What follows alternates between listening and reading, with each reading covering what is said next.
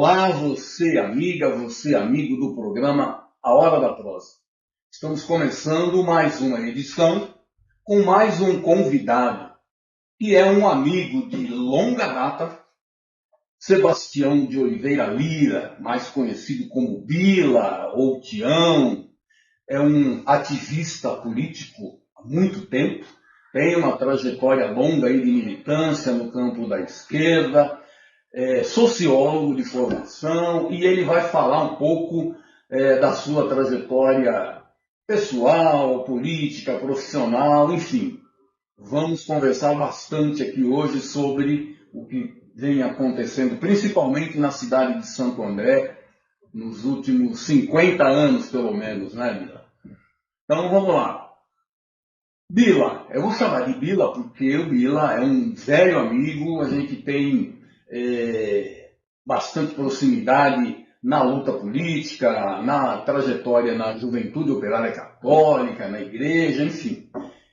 Bila, conta aqui para os nossos internautas quem é você e o que você andou fazendo até chegar aqui. Primeiramente, bom dia Jerônimo, bom dia internautas. É um prazer estar aqui com você. A Hora da Prosa é um programa que já vem aí há muito tempo trabalhando. A sua militância aqui na Coop Acesso já tem 10 anos e eu sei quanto é difícil a gente manter um grupo de trabalho durante tanto tempo e os frutos só vêm agora e eu acho que vai ser cada vez melhor para você e para a equipe da Coop Acesso. Jerônimo, tem umas coisas que são interessantes. Eu vou falar algumas coisas aqui que talvez você não recorde, mas que a gente vai dar boas risadas juntos.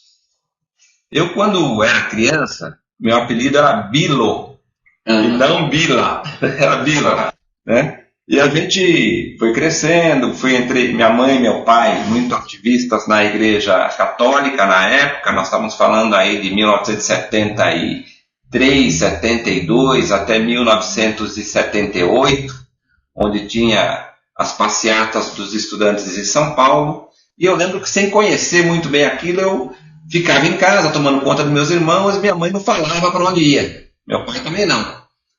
E naquela época a gente tinha muita influência da igreja no movimento católico, né? E o movimento católico era engajado nas lutas pela anistia, contra a ditadura naquela época, mas de maneira velada. Não era uma coisa que é como hoje, que é aberto, não, era velado, né? E naquele momento foi daquele jeito que eu cresci. E da igreja, já participando lá do grupo de jovens, na catequese, etc., conheci o Jerônimo. E quem me chamava de Bila era o Jerônimo. E o Bila ficou. Então, o apelido de Bila que eu tenho, quem deu foi o Jerônimo. Eu não sabia, eu pensei que outras pessoas também chamassem de Bila. Depois começou todo mundo a chamar de Bila. E aí ficou Bila, né? Certo. E lá na época da igreja, aquela influência que minha mãe e meu pai teve das lutas operárias também me influenciaram na época. E a igreja tinha lá, como você já falou, a Juventude Operária Católica, que, em via de regra, tinha tudo. Tinha exilado político, tinha gente na clandestinidade, tinha gente do antigo PCzão, tinha um monte de gente dentro da Juventude Operária Católica.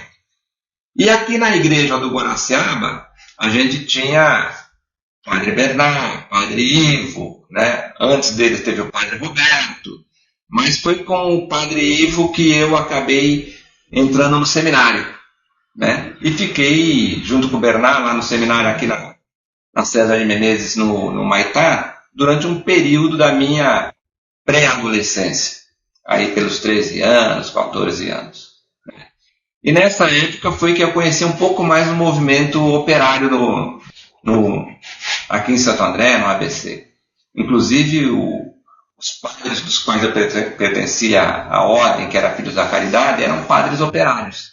E eles tinham por base ter que ter uma profissão e trabalhar misturado aos trabalhadores da grande indústria. Então tinha lá um padre que era pedreiro, outro padre que era torneiro, e a gente também atuava dessa forma. Tinha o José Maum, que era fresador. Então ele atuava dessa forma nas empresas conscientizando e ao mesmo tempo esclarecendo os outros operários. Era uma forma da gente entrar dentro do mundo operário e entender um pouco melhor como é que funcionava isso. E isso foi minha adolescência. Em determinado momento, inclusive, não foi minha vocação seguir, né, nessa linha, e eu meio que saí do seminário e fiquei só na igreja. E aí foi onde a gente trabalhou com o grupo de jovens, as foranias a gente criou naquela época, você vai lembrar. Sim, né? Aquela coisa da diocese não existia ainda. Era o Dom Cláudio que estava aqui, que foi prefeito de Roma. Né? Era o Dom Cláudio que estava aqui, a gente criou as foranias leste, a forania da ABC, que eram os encontros, os grandes encontros que tinha de jovens e também das comunidades. Me permite só fazer um registro aqui, para quem não conhece, quando você falou do Dom Cláudio, é importante para quem não conheceu essa história, né? A gente conversa com muito jovem aí na internet. Hein? Então, Dom Cláudio era aquele bispo que, chegando em São Tomé no final dos anos 70, foi quem acolheu o movimento operário, principalmente nas greves do ABC, que foi a retomada do movimento sindical. Dom Cláudio foi o bispo que teve um papel importantíssimo, né, nessa retomada.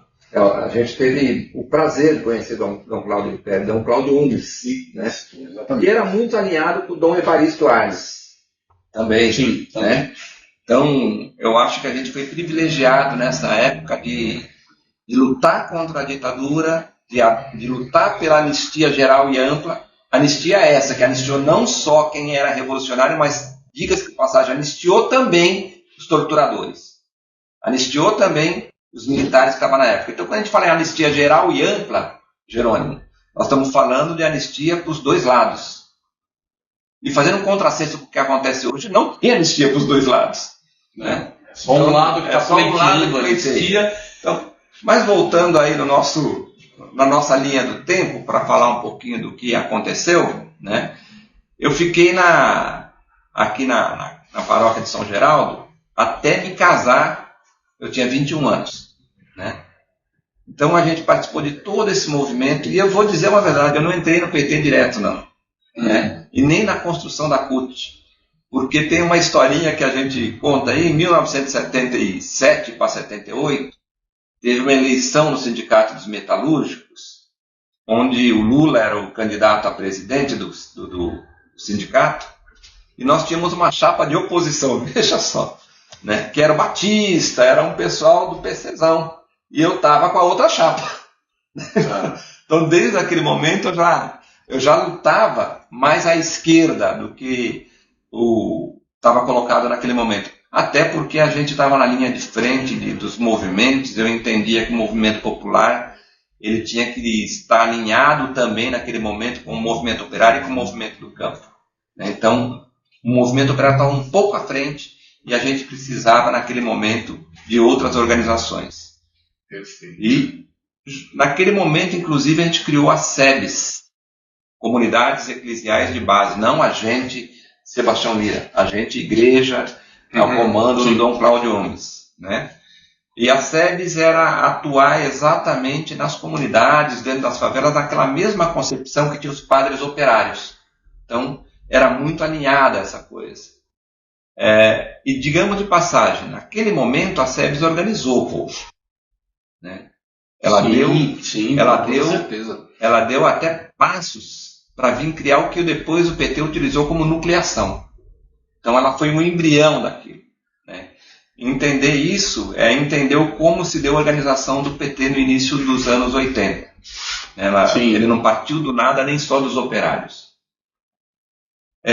E quando a gente fala desse momento, e é engraçado porque a gente vai deixando as coisas acontecerem, esquecendo até do que foi o nosso passado, vai deletando as coisas, mas quando a gente senta para lembrar de como foi a trajetória, ela não foi assim, dada de qualquer jeito, ela foi forjada. E longa, né? Foi forjada ao longo de bastante tempo, né? E com muitas influências. Eu me lembro de você naquela época, ainda não tinha o nome de SEB, mas tinham pequenos encontros em algumas casas da comunidade, né, que as pessoas faziam uma espécie de celebração, e de leitura bíblica e reflexões e tal, isso tem uma importância fundamental, tanto na criação do partido político, né, PT, quanto da pastoral da juventude, pastoral operária e das comunidades eclesiais de base. E diga-se de passagem, lembrando de um campo da igreja que naquele momento era a liderança, que era a teologia da libertação. Né? Então, naquele momento, a gente tinha uma linha ideológica na igreja que nos permitia avanços sociais, né? E de luta. Perfeito, né? Perfeito. E isso foi se perdendo ao longo do tempo. E foi criando um outro movimento dentro da igreja, que são os carismáticos, né? Que é muito vinculado ao que hoje a gente tem aí no protestantismo. Então, houve uma mudança também estrutural dentro da igreja nesse tempo todo, o que nos fez afastar da igreja. Mudou a orientação, de uma maneira geral, para a igreja católica, que provocou um esvaziamento do movimento da juventude. Pelo menos é isso que a gente está entendendo enquanto sociólogo, né? É uma leitura que a gente faz. Lógico que existem outras linhas de pensamento que podem discordar da gente, mas essa linha que a gente está discutindo aqui é a percepção que eu vejo que aconteceu ao longo do tempo. E de quem estava lá, né? Isso precisa ficar bem claro, né? De quem estava lá, né? Inclusive, depois disso, até uma coisa, como é que eu fui parar na área de humanas? Né? Porque quando eu estava lá no seminário, eu fui estudar mecânica de autos no Senai, né? Pela Mercedes, inclusive. Eu estudei na escolinha da Mercedes, terminei o Senai lá. Francisco, teu pai era metalúrgico? Era metalúrgico da Mercedes. E fui mandado embora nas greves de 80 e eu fiquei, né? Depois da Mercedes, depois do Senai, eu fiz técnico em mecânica, na ET.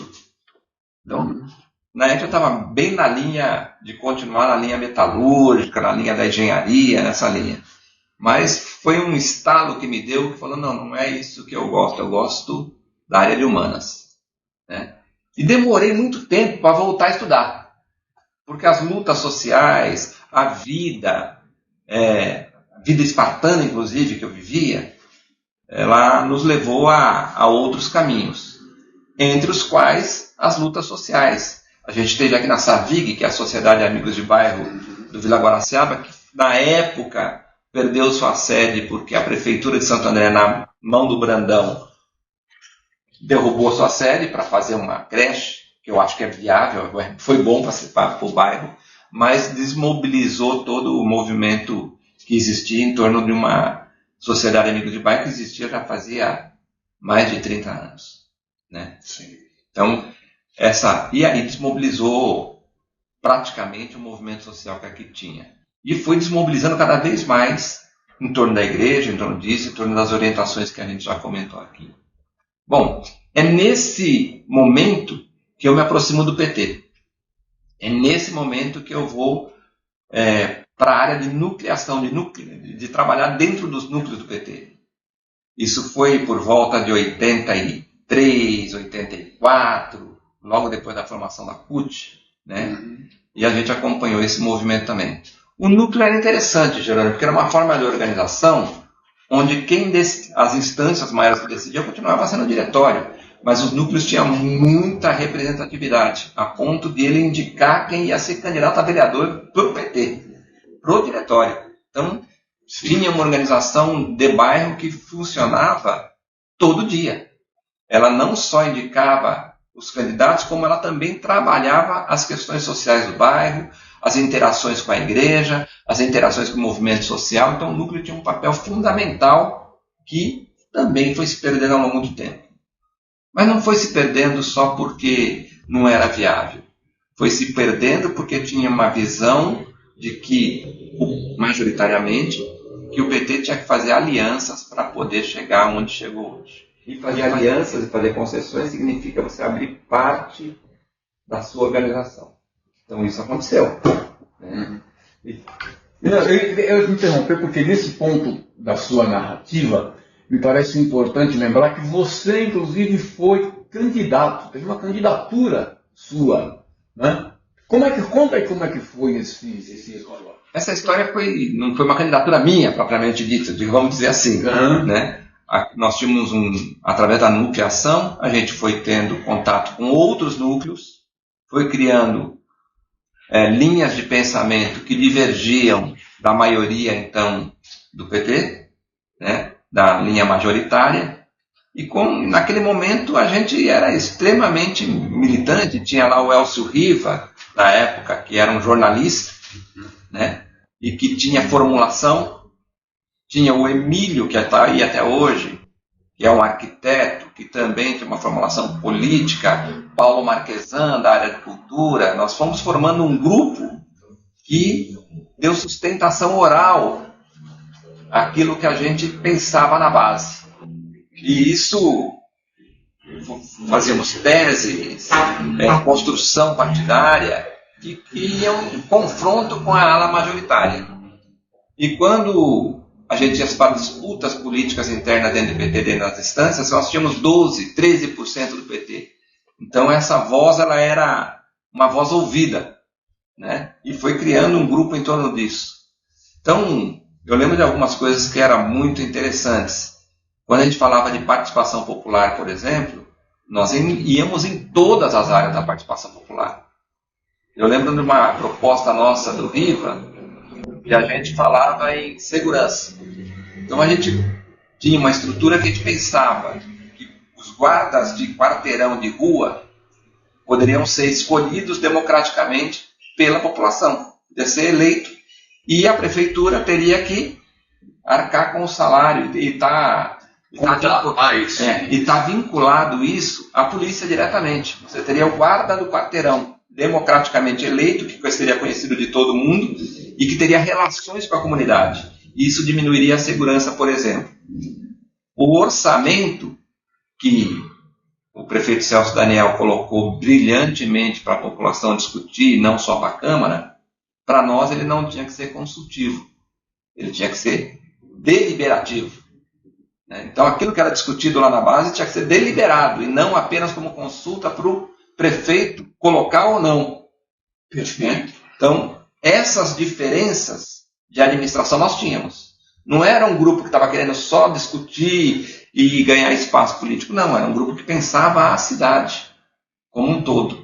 E foi nessa condição, logo depois que o Riva foi candidato a prefeito, e a vice-prefeito na época junto com o Cicote, e o grupo decidiu que o meu nome era o nome mais indicado para disputar as eleições de deputado naquele momento de 1989, época em que o Lula também foi candidato a presidente, e a gente participou da mesma eleição naquele momento junto com o então candidato Lula, que naquele momento não foi eleito, mas foi uma campanha brilhante e que a gente conseguiu levar nossas ideias para a maior parte do povo de Santo André e de São Paulo.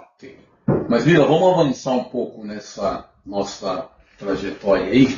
Na tua formação em sociologia, você coincidiu com a tua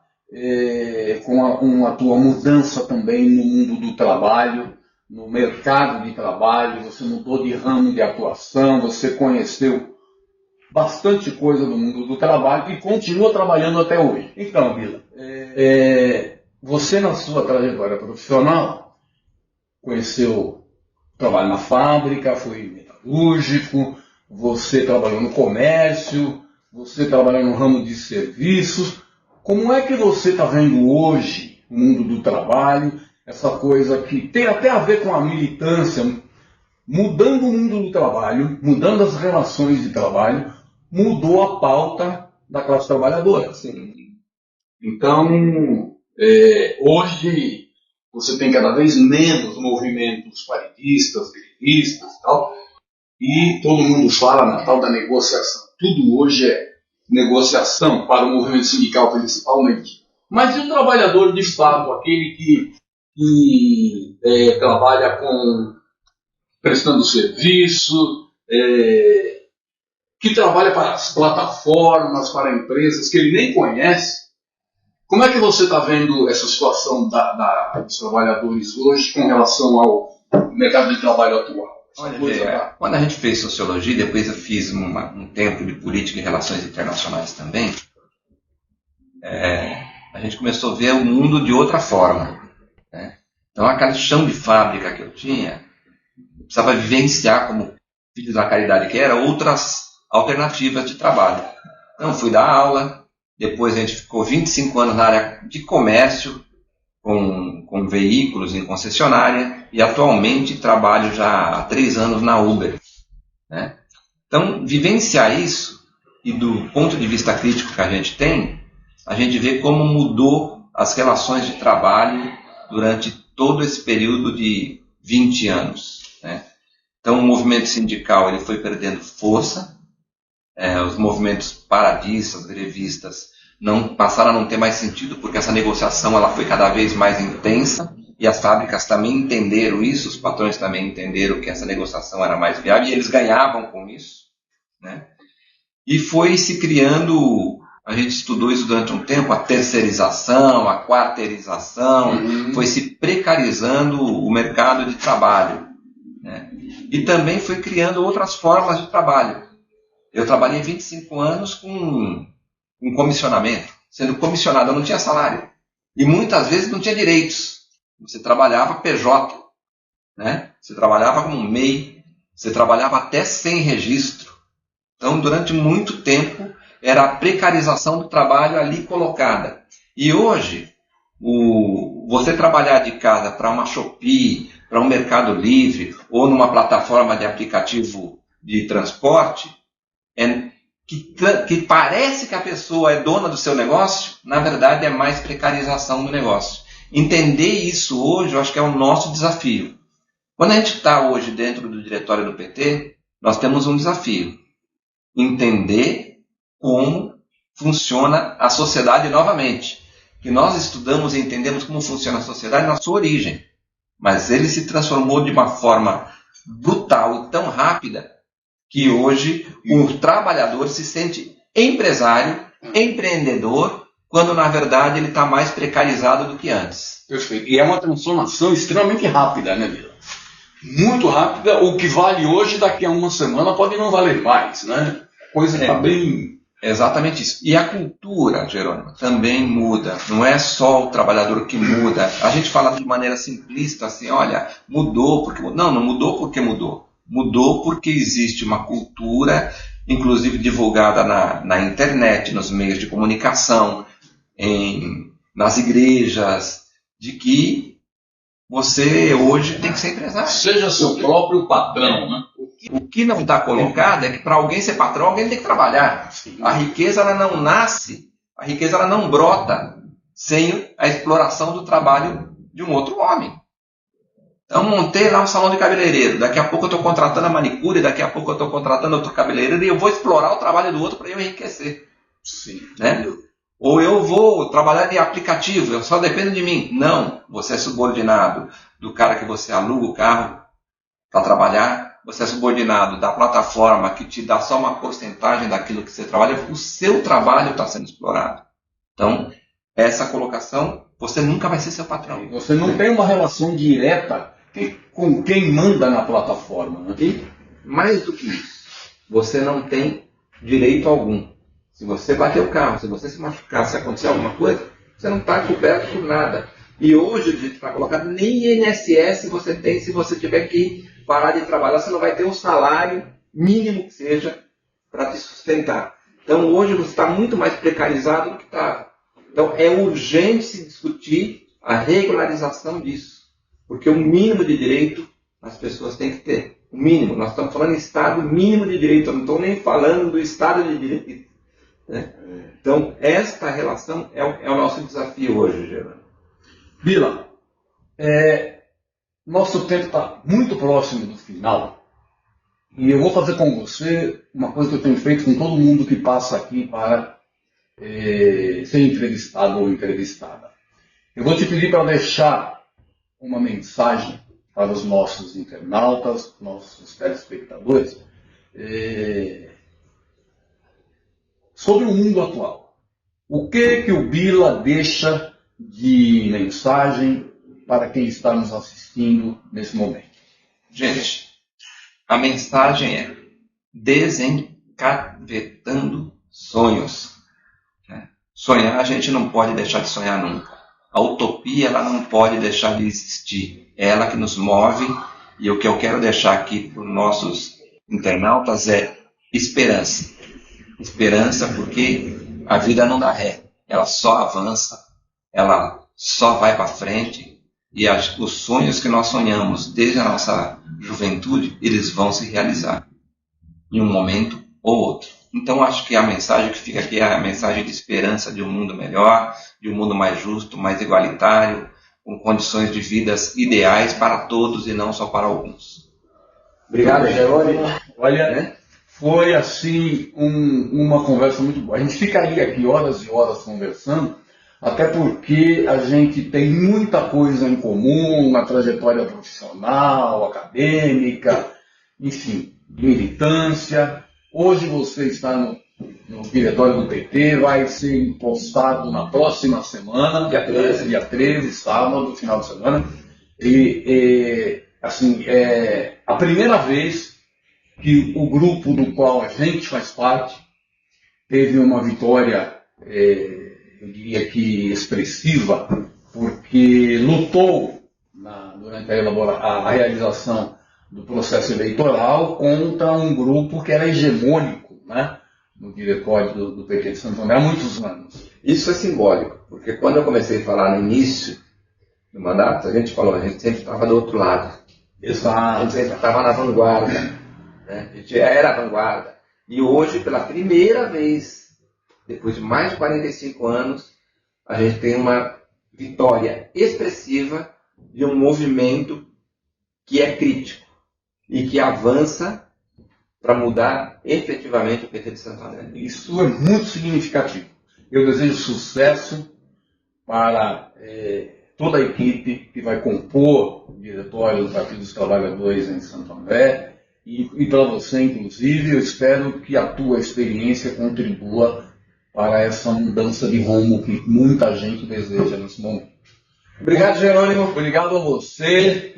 Sucesso. E o Ano da Prosa vai ficando por aqui e a gente volta na próxima semana. Até lá.